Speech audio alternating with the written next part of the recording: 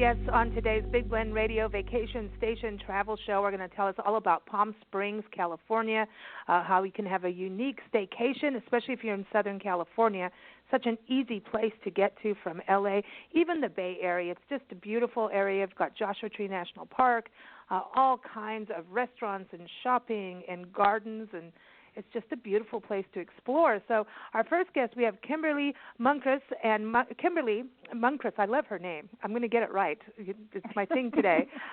She's from the Palm Springs Preferred Small Hotels, and we're just saying about staying in a place with character. And I encourage you to go to their website. It's PalmSpringsPreferredSmallHotels.com. When you start looking at all the pools and the palm trees and the gardens and sunshine and those beautiful mountains, you're going to want to book a stay now, and I think we're all ready. So welcome, Kim. How are you doing? I'm doing great. Happy to be here. Yeah. So do you have margaritas? Not now, but there will be a Zoom cocktail party around 5:30 this afternoon. So I know. We're good. Your Zoom parties are around pools and under the palm trees. So you've got you don't need the little Zoom room photo. You've got it. You've got it there. You know? Absolutely. Yes. We also have Karina Castaneda, and she is from the Los Arboles Hotel, and this hotel is a family-owned hotel, also the site of the El Mirasol restaurant, and I think there's more than one location of that. I encourage you to go to the website, losarboleshotel.com and elmirasolrest.com. Am I getting there? I need a margarita, Karina. Welcome. You got it. Cool. I heard that we can come and do curbside, pickup of margaritas. That's right. March 19th, the ABC decided to loosen up the regulations with alcohol, so we are now allowed to do takeaway of hard liquor, as well as beer and wine, so long as they're closed. Yeah. Wow. I'm hoping that sticks. I mean, I think that's something that should be in place forever.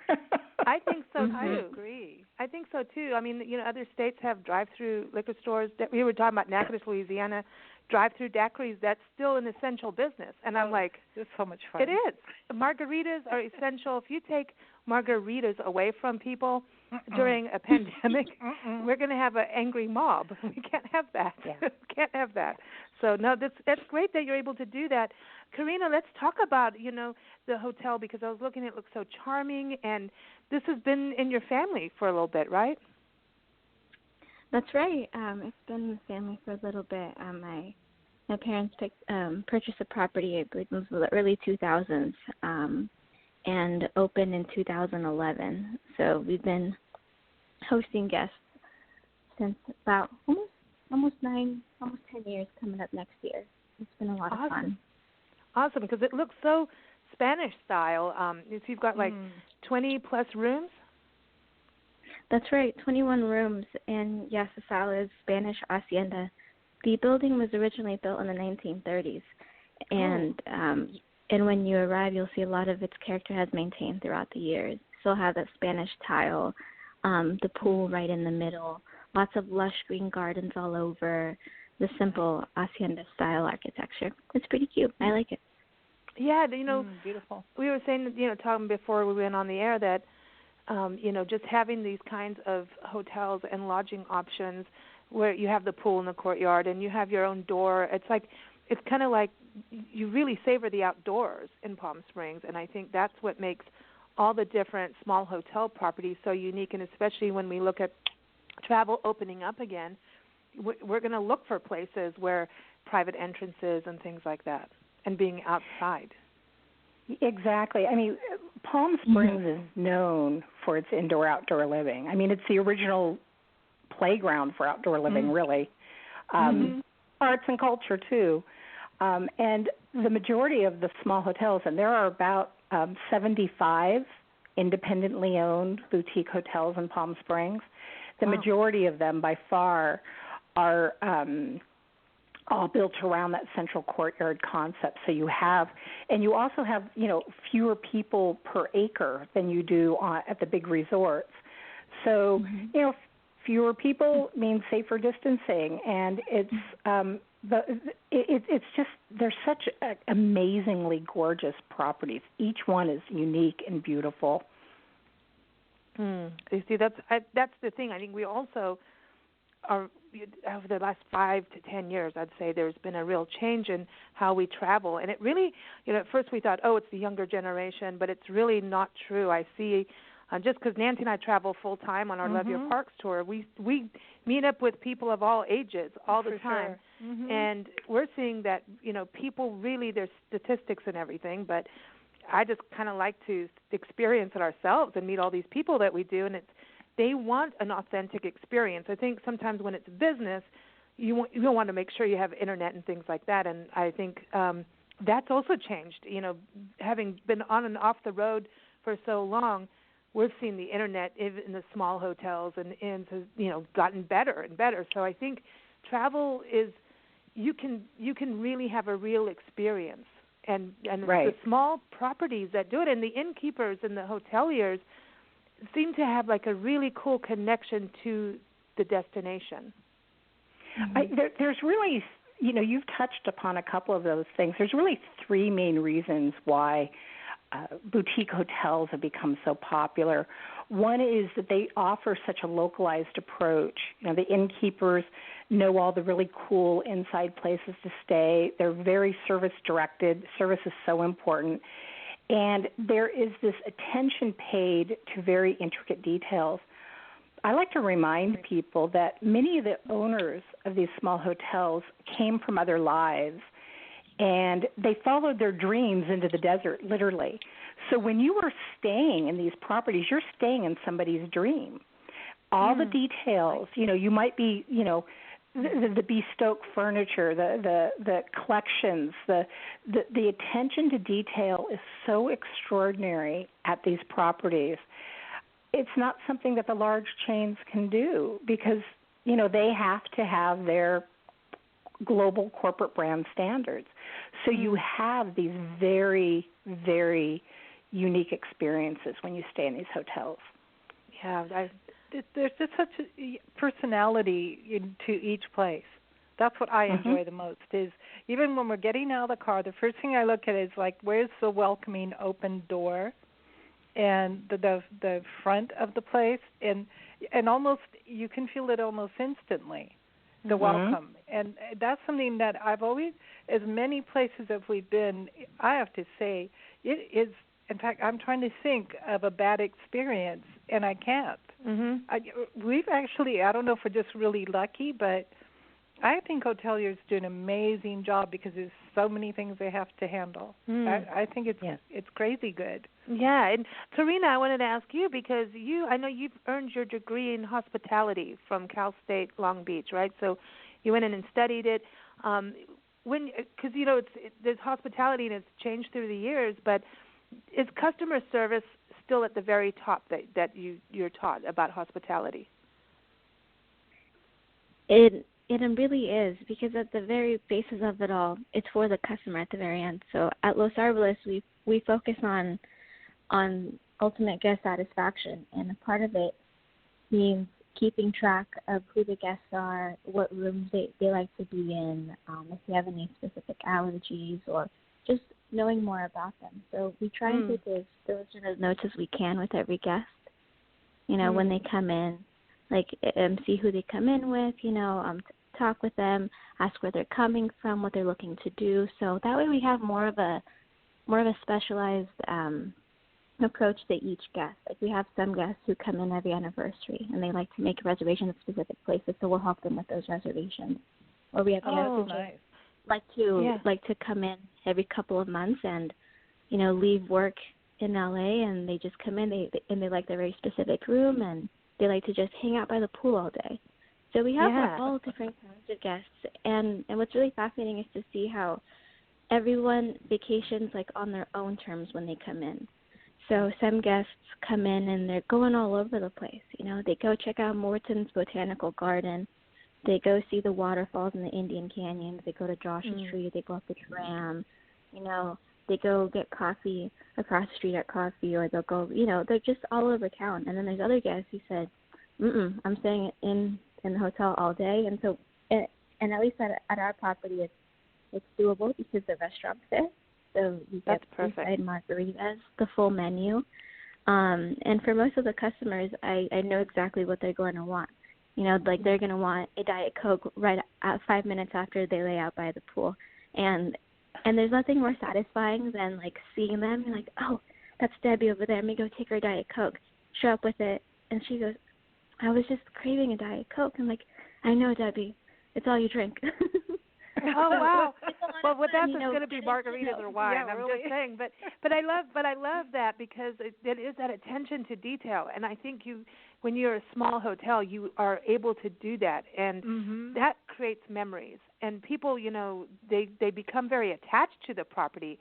You know, even here where we are in 29 Palms, our friend Jerry, who has Homestead Inn, you know, we've stayed here like longer than we thought, 2 weeks into 2 months, but it's been really nice for us. I'm just saying, even though she's really patient. But you become attached to the properties, and we found that there's places where, you know, we've been doing this for so long now. We're not getting any younger, but, you know, as people retire, we're like, it's like, we're so, you know, worried about the property, or you become attached to it because it becomes like that second home.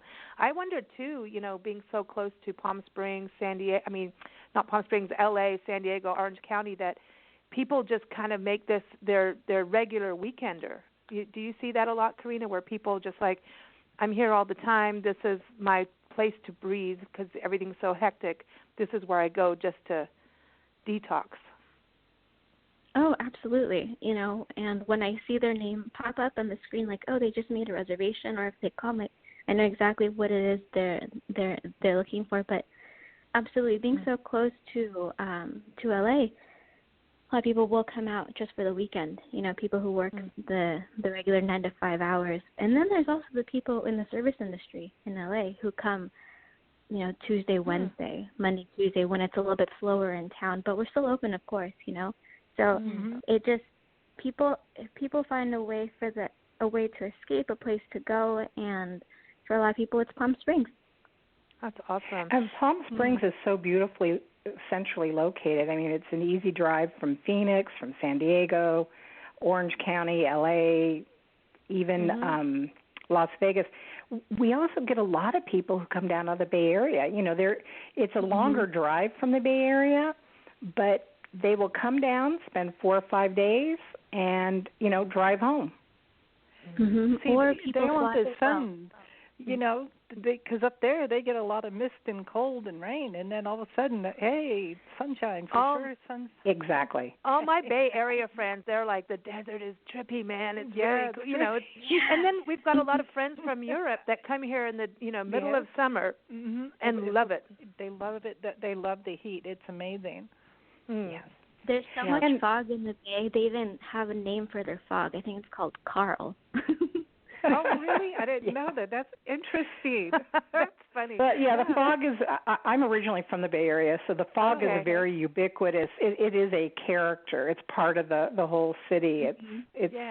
But that's part of the appeal for Palm Springs is, you know, people just, especially now, people have been sheltering at home, and you know, the hotels right now are closed except for COVID-19 mitigation until I think we can start taking guests on June 20th is the day that's the target date the county has set.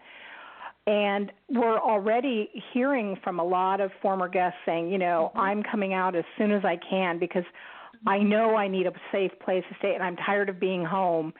And, you know, you're it. So we're looking forward to welcoming back everybody because we know there's a lot of desire. The desert's such a special place.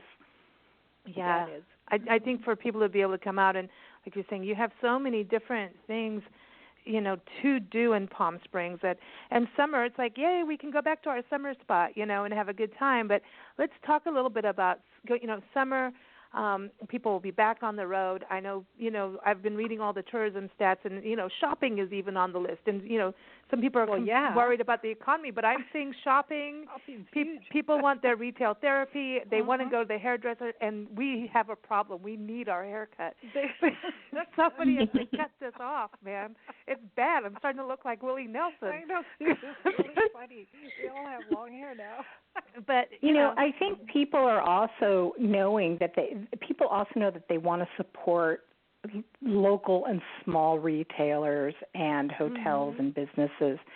I mean, that's part of where it's been part of the sort of recalibration of values that has been set through this time. And one of the things that people don't realize is that when you stay at a small locally owned business or you shop at a locally owned business, 68% of every dollar stays within the city, as opposed to a large chain or a box store or hotel where only 43% stays. And a local dollar will turn over 7 times. So when you spend locally with small businesses, it has a huge impact on the community. Wow, I didn't know. I like that. I like that. That's a really good thing. I really because, like that. You know, the other thing, you know, it's just like our national parks. You know, you go to you buy a pass online, your annual pass or your lifelong one if you're a senior, right? You go buy your pass. Well, the money goes into the general fund thing, which ain't that cool because then you don't know what's going to happen to your park fees, really. But if you purchase the park pass at the park, then that money goes directly to the park that you're in, that you purchased it from, which is really important when it comes to maintenance and backlog and just running a park. So it's very similar in that way of try and do what you can in a place, and it's again that authentic experience.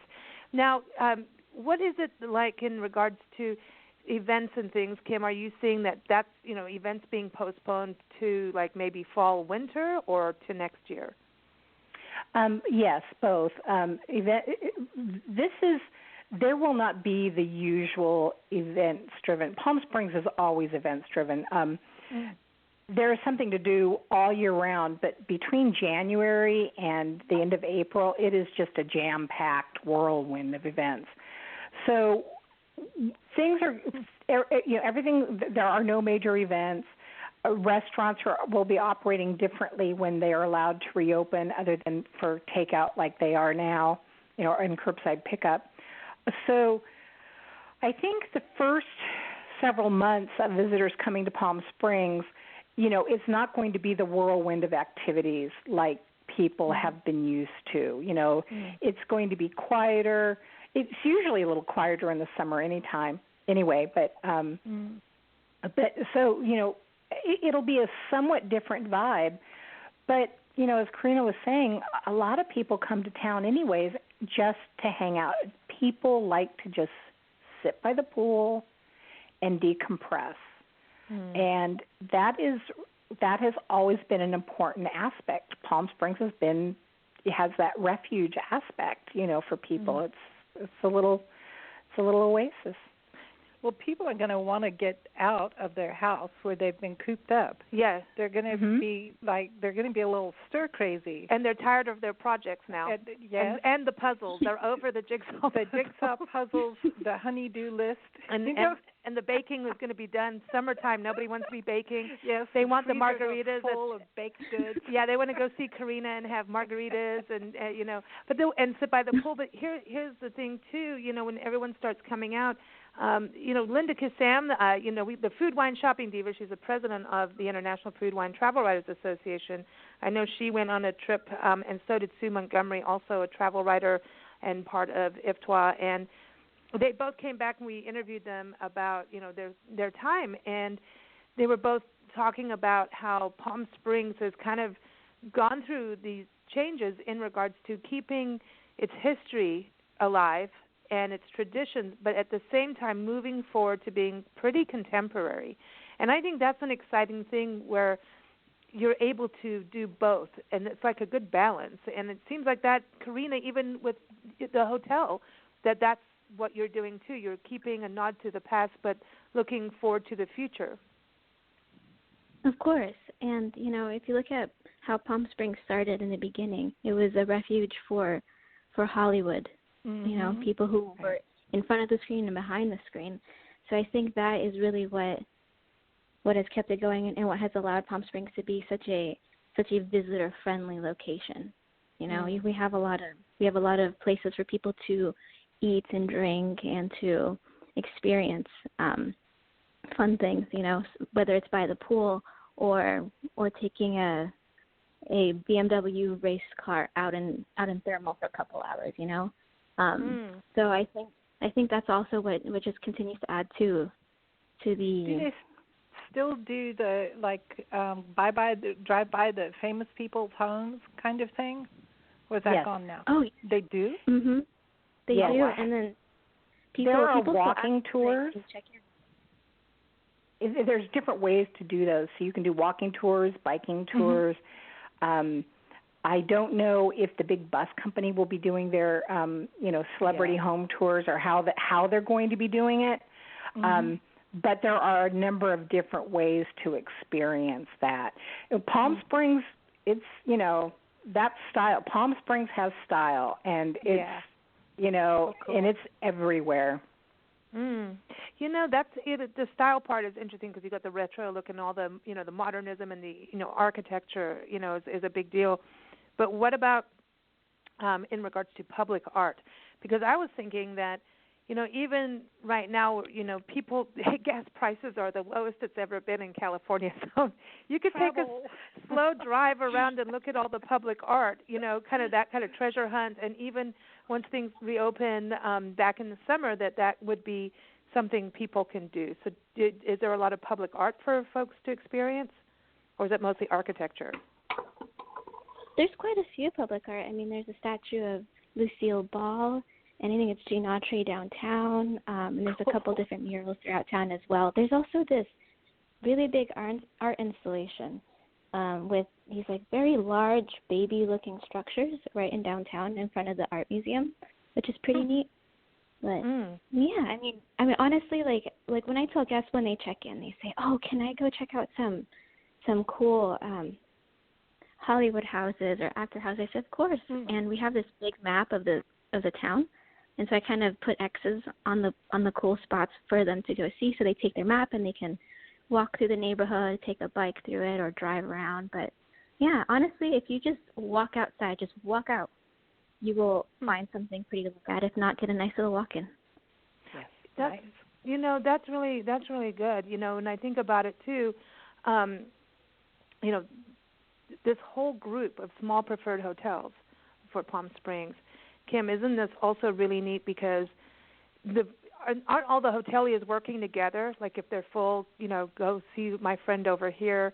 Does it work like that? I know you've got a beautiful website where all the properties are there, a nice overview. You see photos. I really want to go swim in the pool and drink margaritas as soon as I see it all. But Kim, isn't that part of it? Is that the hoteliers are working together? It is such a close group. It's really nice. In fact, we just had a big gathering in January before all this hit with a number of the hoteliers at Karina's place at Los Arboles, and it was so nice to have people sharing ideas. They share resources. If somebody has something happen, they'll call up another hotel and they'll be like, "Yeah, I'll send out somebody. Here's who I use." And the community is really, really strong, and everybody supports one another. It's really a wonderful thing to see. I like that. I know, Karina, that's important. Karina, how has it been in regards to your guests for the restaurant and also for the hotel during the COVID? Did you get a lot of calls or can I come even if you're closed? Yes, with the hotel, we found it was best to just close it completely until we find the best way to reopen. And like Kim said, it's true. In the small hotel community here in Palm Springs, it's very close. We send each other updates that we find. For instance, oh hey, I found this guidelines for hotels to open, things we should look at. But yes, we've received a lot of phone calls and a lot of emails saying, hey, when you're open, let us know. We will be there. We can't wait to get out of the house, all of that. The restaurant, we've maintained both of the restaurants opened since COVID started, but we did close one of them for a couple of days. But it's been a little bit different, just curbside, learning a whole new system. And the best part is, though, that we still get to see our customers, when they come in, and we do this thing like hugs from afar, But it's been good for the most part. We're still doing the full menu. You can order over the phone or online or just walk up. Margaritas to go, of course. But our experience has been pretty good. And honestly, if it weren't for the community still wanting margaritas and coming out, then we probably would have closed. But the community's great, lots of support, and they're out there, so we're going to keep cooking. That's awesome. So you see how strong the margarita movement is. Yeah, man. I'm like, I had to go get my car done the other day. I should have stopped by on the way back because I sure needed one after that bill. But well, I have to tell you, if you're picking up a margarita from Karina, make sure you also pick up the guacamole because their guacamole is insane. It is one of the best. I think it's the best I've ever had. Wow. Wow. It's guacamole. It's a very simple guacamole. Yeah. Good. Good. I love that. So I'm just saying, guacamole, chips with margaritas. I mean, they kind of go together here. Yeah. Yeah. You got to have the base. Now, do you have enchiladas? This is an important question. Oh yeah. Oh yes. Okay. We have enchiladas, burritos, tamales, tacos. We have mole. We have chile verde, chile rojo. The whole menu. And then chilaquiles, not right now, but I'm sure if you call and say, hey, can I get some chilaquiles, we can easily make some. We got the sauce and the chips and the egg. We can saute it real quick. But, yeah, it's a full menu. And what I really like about our menu is it's very clean food. And it's almost like if you're on a very specific diet, we can cook for you. Keto, no problem. Sometimes people will order something like a veggie burrito. So it's bell peppers, onions, tomatoes, fresh pressed garlic, olive oil sauteed, and then put that in the burrito. Some people like to add chicken, serve it wet with green sauce on top. If you don't like pinto beans, we can do black beans. We can do all salads. So there are a lot of healthy choices in the menu, too, if that's what you're looking for. But if you want just something crispy and fried filled with shredded chicken and some cheese, we have that, too. Oh, my gosh. Will you stop it? I'm like hungry right now. Like really, this is terrible. It's like lunchtime. It's like it's almost time. Yeah. No, listen. Before you both go, I want to know. The first weekend you get out into Palm Springs to enjoy it, and just pretend you're not going back to work, right? What are you going to do? What are you going to do, Karina? Like you get a weekend off. And you get to go anywhere in Palm Springs and experience anything you want. It's going to be like Christmas when they open everything. What are you going to do? It will absolutely be like Christmas. Oh, man. Well, let's see. The first thing I'm going to do is I'm going to go have breakfast with my family at Sherman's because that's our go-to. They have really good lox, and it's just, to me, it's like family going there. It's like church almost. So that's for breakfast for sure. For lunch, I really like this small spot called Chada. They do Thai. They have some really good pad Thai there. But for dinner, honestly, there are so many options in Palm Springs. I can't think of just one as a favorite. I really enjoy going to Miro's. They have some really good Eastern European cuisine there. Really special. You can't find anything like it anywhere in town. I also really like going to this place just across from Los Arboles called Workshop. They have a lot of farm-to-table options. The menu's constantly changing. It's delicious. In terms of bars, there's a cute wine and beer bar right on the bend where the original Mirasol is on 140 East Palm Canyon. That one is called Dead or Alive. And they have always an amazing selection of natural, organic, biodynamic wines there and beer from LA too.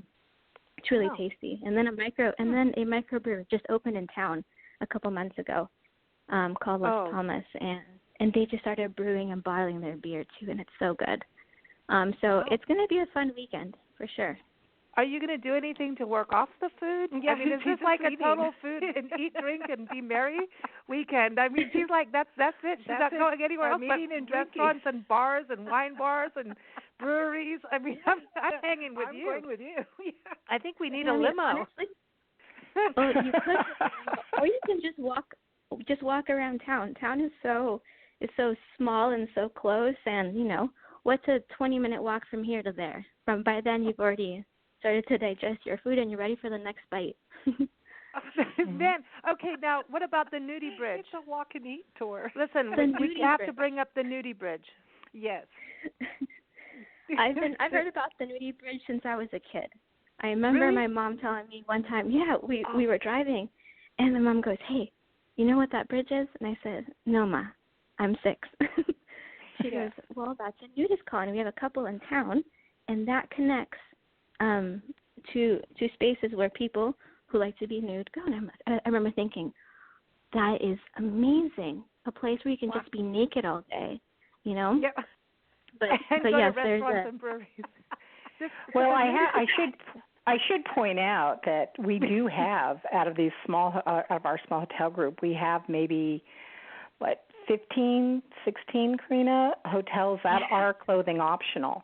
Cool. So many of them cater to men, but there are a couple that cater to anybody over 21, and you know, Palm Springs is a very laid back place, you know. So if you want to stay at a clothing optional property, we have them. If you want to stay at a very high end exclusive, you know, place, we have them. We've got the full range. As we like to say, we have your stay. Oh, that's nice. Who started the bridge thing? I mean, like, was it back when people started streaking for fun, or what? It was a resort, a nudie resort. Nudism has been a big part of Palm Springs, you know, one of the Palm Springs subcultures for a long time. You know, Palm Springs is very diverse in a lot of ways. So you've got a large gay population. You've got, you know, the naturalist population. That's what they like to call themselves. They're naturalists. Yeah, so, no, I like that. And it just so happened that, you know, this property owner wanted to connect both sides of the street, and you just can't have people walking naked across the street. So this was a way to do that. I don't think both properties are still clothing optional now. I think it no longer really functions that way, if I'm remembering correctly. Am I right, Karina? I'm not sure, Kim. I should follow. We can get back to you all on that then. Yeah, but I think it's neat because that's one of the beauties of of really, when you think about Palm Springs, of being diverse and letting people just be. You know, it's like just accepting and you know, I don't like the word tolerance because that just sounds like you're tolerating something. It's like anger. It's like an anger word. Like, but you have to do it, you know, you do it. Yeah. People, you know, it's, if you want to be a naturalist, be a naturalist. If you want to be a barefooter, be a barefooter. You know, to me, I think it's how you were born. So embrace what you have, and I think that's awesome. And I think it's great that there's places for folks to go that they can be comfortable, and that's important. That you are able to go somewhere and be comfortable, and it's key. I just think and all of these places it's optional, so it's whatever you're comfortable with. You know, you know, just to underscore your point, you know, you can be as open or not as you want, you know. But Palm Springs, you know, is such a dynamic town. It's so diverse. It's very welcoming, and we're looking forward to welcoming everybody back. Oh, this is cool. So what are you going to do as soon as you can for open weekend? And Kim's going to go running out of her house. Where are you going? The bridge. I'm probably going to go beg Karina to let me stay with her place for a couple of days and just enjoy some margaritas and guacamole. But I also miss the botanical garden, the cactus, you know, the cactus gardens. For me, I'm really missing, you know, the museums and the art stores and being able to kind of do those types of things. So I'll probably want to be, you know, sneaking into some galleries and, you know, doing Very that kind cool. of stuff. I find myself longing for that, but mostly I find myself just missing hanging out with people I really like over food and drink. You know? Yeah. It's such a social community, right? And that's the thing. What's so hard about this distancing? It's like, no, that's, you know, all the interviews we've done since the shelter in place, it's the one thing everybody misses, being able to hug each other, be close to each other. And you forget just how powerful that is, that energy, that energy connection. Well, we are social beings. Mm-hmm. Yeah. We're not meant to be loners. Yeah, and so I think that's in Palm Springs is social, it's relaxed, it's yet trendy and cool. I like the word trendy. It is, you know what? It's kind of like the San Francisco of the desert in a way. That kind of mix of everything, and just do what you want to do. That So you're going to run naked across the Nancy, she's stuck Golden on that. I mean, that's what happens when you are a community that attracts very creative people. I mean, creative people have been so drawn to the desert, to the Palm Springs area for so long that it's really part of our DNA, our community DNA. We really celebrate creative community. I love it. It's true, because creativity is about breaking rules. Yes. Yeah. Yes, we like that. I'm not talking about traffic laws. People. No. But I am saying, health laws. that it's like pushing the envelope and doing something a little different. Yeah. Instead everybody doing everything the same all the time. I celebrate that. Yeah. Well, thank you so much for joining us and letting us know about Palm Springs and reminding us of just how awesome it is. I was going to say cool, but it's in the desert. It's not that season. Right now we want to be at the pool and have those margaritas, enjoy the art, the architecture, the gardens, and everything that Palm Springs has to offer. So, again, everyone, the website is palmspringspreferredsmallhotels.com. You'll find them on Facebook, Twitter, Instagram, all the social media. And also, Los Arboles Hotel is losarboleshotel.com. That's Arboles. So if you like trees, that's the place for you. Isn't that right, Karina? It's a tree. It's the hotel of trees. Yeah. It's true. Yeah, we just got done with loquat season. We're getting ready for mango season coming up. Oh, it's my favorite. Are you kidding me? You have mangoes? And guavas? Yeah. We had so many mangoes last year. Guavas too. With the guavas last year, we made margaritas, like spicy and sweet. They were delicious. So this year we're going to make mango margaritas, and Oh my gosh! And you can even put mangoes in guacamole. I'm just saying, there's a mango salsa too. And now mangoes are my favorite fruit. That and passion fruit. Can you grow passion fruit in Palm Springs? I bet you can. We have about 6 little baby passion fruit trees in nursery right now, but hopefully in a couple years they'll be full grown and mature and giving fruit. But yes, they are coming. They're like maybe 5-6 inches tall right now. They're little babies. Oh wow. Oh my gosh, this is awesome. Well, thank you so much for joining us, and also we want to thank the International Food, Wine, Travel Writers Association. They're just doing an awesome job of keeping the word out about destinations and where we can all go and have a good time once this pandemic thing is over. Make your plans now. Make your plans, and really, if you're in the industry or you're a travel writer, a photographer, blogger, author, go to ifwtwa.org and join them. An awesome network, and we love our Second Friday shows with them because we get to interview travel writers and destinations and folks like Kim and Karina here too. So ifwtwa.org, of course, keep up with us at bigblendradio.com. Stay tuned. We got more destinations coming up. Thanks for joining us, ladies. Thank you, ladies. Thank you. Thank you so much. Bye-bye. Bye-bye.